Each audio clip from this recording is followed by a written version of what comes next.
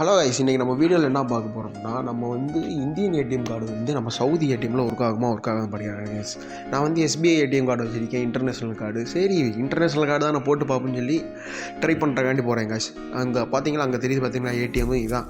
எப்பயும் போல் ஓப்பன்லாம் இருந்துச்சு. அதுக்கப்புறம் நம்ம எப்பயுமே இது பண்ணுவோம் பார்த்தீங்களா, அந்த மாதிரி கார்டு உள்ளே போயிட்டேன். உள்ளே போகாதான் நினச்சிட்டு இருந்தேன், பார்த்தா உள்ளே போயிடுச்சு. அதுக்கப்புறம் ஒரு 5 நிமிஷம் கழிச்சு இங்கிலீஷா அரபியான்னு கேட்டுச்சு.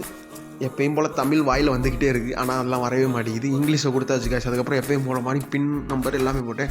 கடைசியில் பார்த்தோம்னா என்ன வந்துச்சு, அதில் சேவிங் அக்கௌண்ட்டா கரண்ட் அக்கௌண்ட்டா எல்லாமே கேட்டாங்க. நம்ம தான் சேவிங் அக்கௌண்ட் தானே, சேவிங் அக்கௌண்ட் கொடுத்தாச்சு காசு. அதுக்கப்புறம் பேலன்ஸ் என்கொயரியா இல்லை கேஷ் விட்ராலுங்கண்ணா. பேலன்ஸ் என்கொயரி பார்த்தா மட்டும் போதும் சொல்லி அதை அப்படி பார்த்தா கடைசியில் பார்த்தா எதுவுமே வரல. எக்ஸ்பீரியன்ஸ் ஃபெயில் ஆகிடுச்சு கேஸ். இன்டர்நேஷ்னல் கார்டுன்னு சொல்கிறாங்க, ஆனால் ஒர்க் ஆக மாட்டேங்குது. இதே மாதிரி நம்ம சேனலில் நிறையா வீடியோ பார்க்கணும்னா லைக் பண்ணுங்கள், ஷேர் பண்ணுங்கள், சப்ஸ்கிரைப் பண்ணுங்கள். கடைசியாக ஏடிஎம் கார்டு வந்துச்சு, அதே போதும்.